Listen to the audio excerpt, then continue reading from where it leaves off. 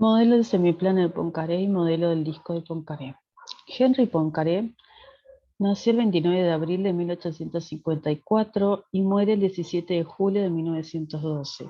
Fue un prestigioso polímata, es decir, un matemático, físico, científico, teórico, filósofo y filósofo de la ciencia francés. Nació en el seno de una familia influyente, por ejemplo, para mencionar que su padre fue profesor de medicina. Realizó múltiples investigaciones y contribuciones a la teoría de la relatividad. eh, por ejemplo, en 1893 se le encomendó la tarea de sincronizar todos los horarios del mundo.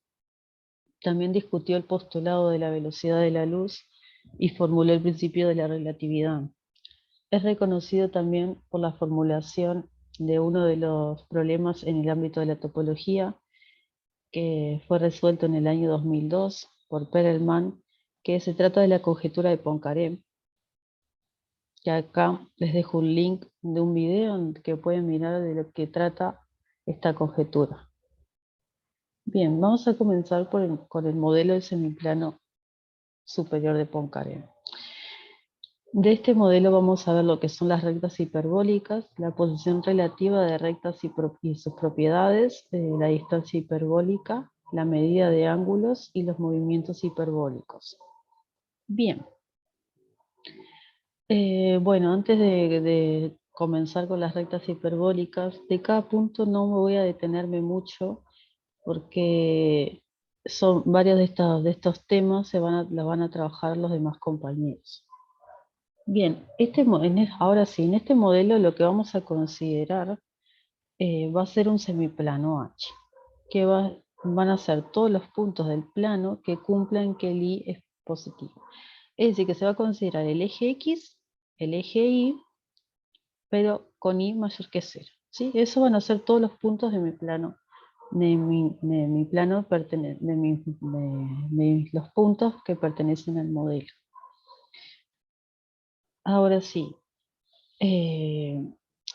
un detalle no menor para destacar es que los puntos que pertenecen al eje X, que ya sabemos por definición que no pertenecen al modelo, al semiplano de Poincaré, son puntos que en este modelo se llaman puntos al infinito. Juegan el papel de puntos al infinito.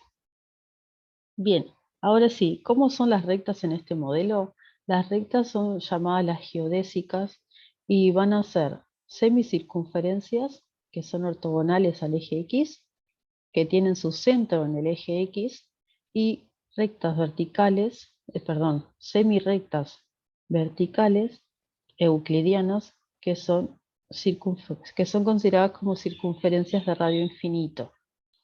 Bien, la posición relativa de rectas hiperbólicas.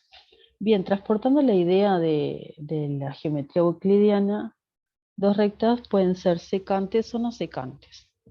Entonces, si son secantes, si consideramos dos rectas, por ejemplo, L1 y L2, como estamos viendo en las imágenes, van a ser secantes cuando se cortan en un punto, ¿sí?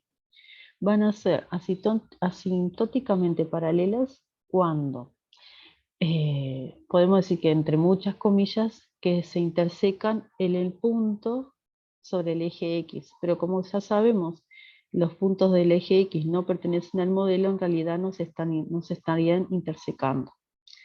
Pero cuando pasa eso, se dice que son asintóticamente paralelas. Y van a ser divergentemente paralelas o ultraparalelas cuando no se cortan ni sobre el eje X ni en nada, no se corta. Bien, vamos a ver hasta ahora que se siguen cumpliendo los primeros 4 postulados de Euclides. Incluso el que puede generar más dudas es el que dice que dos puntos del plano, o sea que la recta que pasa por dos puntos del plano puede ser prolongada todo lo que uno desee, ¿no? Y nos podemos preguntar qué sucede si tenemos una recta como la que estoy señalando acá con el mouse. ¿Qué sucede acá? Bueno, en realidad no es ningún inconveniente porque Los vértices, digamos, los puntos que están sobre el eje X son puntos al infinito, por lo tanto podemos considerar que esta recta tiene longitud infinita y la puedo prolongar todo lo que deseo. Bien, propiedades de las rectas. Bueno, estas propiedades son propiedades que también las tenemos en la geometría euclidiana. La primera dice que existe una única recta hiperbólica que pasa por dos puntos del semiplano, H. Y la segunda es que dos rectas distintas se cortan a lo sumo en un punto de H. Bien, otra propiedad también que no la escribí, pero está buena para probar, es que no es de las rectas, sino de las distancias, pero ya que me acordé ahora la quiero mencionar. Y es que se puede probar que la distancia hiperbólica es una métrica, ¿no? Que es un concepto que estamos trabajando en topología. Bueno, ahora sí, distancia hiperbólica.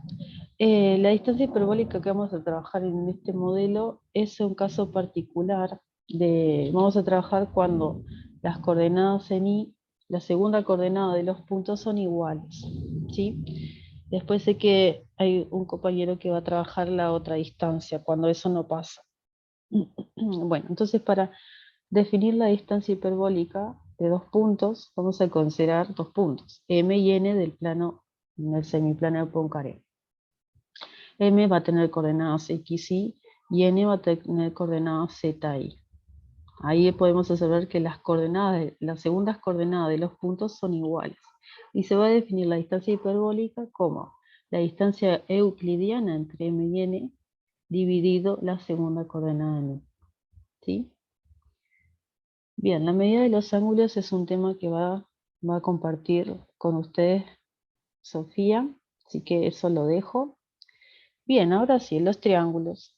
Bueno, podemos hablar de los triángulos, tanto en esta geometría, así como también hablamos en la geometría euclidiana, y lo podemos definir como la unión de los tres arcos de recta hiperbólica que unen a los puntos, ¿no? Si tenemos tres puntos, vamos a llamar triángulo a la unión de los tres arcos de recta hiperbólica que unen dichos puntos. En este caso, el triángulo que vemos en la figura es la unión de los tres arcos de circunferencias, ¿verdad?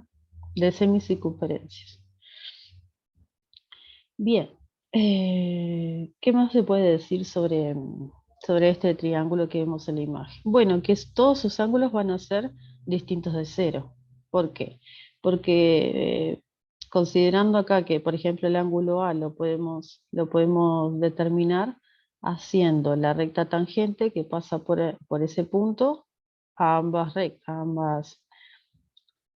rectas hiperbólicas. Eso me va a dar un valor distinto de cero. Lo mismo va a pasar con B y lo mismo va a pasar con C. Pero van a haber casos en donde los triángulos tengan a medida de ángulo cero.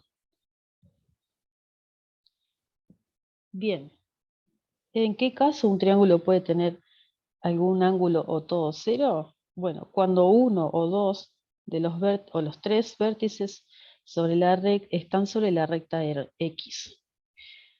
Bien, y podemos preguntarnos por qué no tiene ángulo cero, porque si nosotros intentamos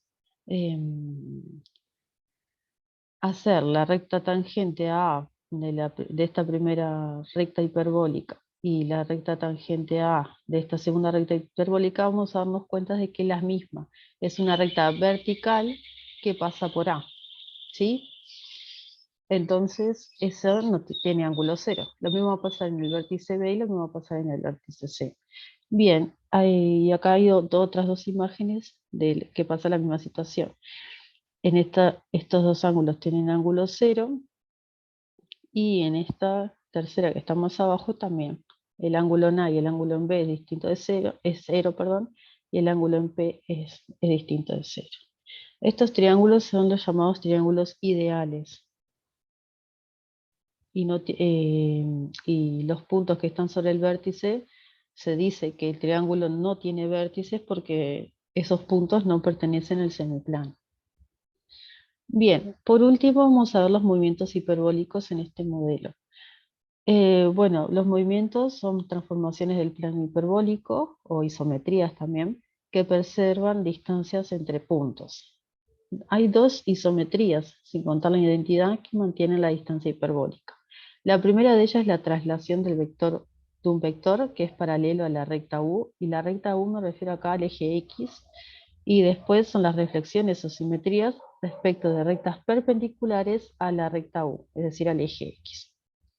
Después, por otro lado, hay semejanzas e inversiones en circunferencia que preservan también la distancia hiperbólica, que son las semejanzas con centro un punto en el eje X y las inversiones en circunferencias con centro en el eje X. En resumen, son 4 los movimientos hiperbólicos que preservan distancias.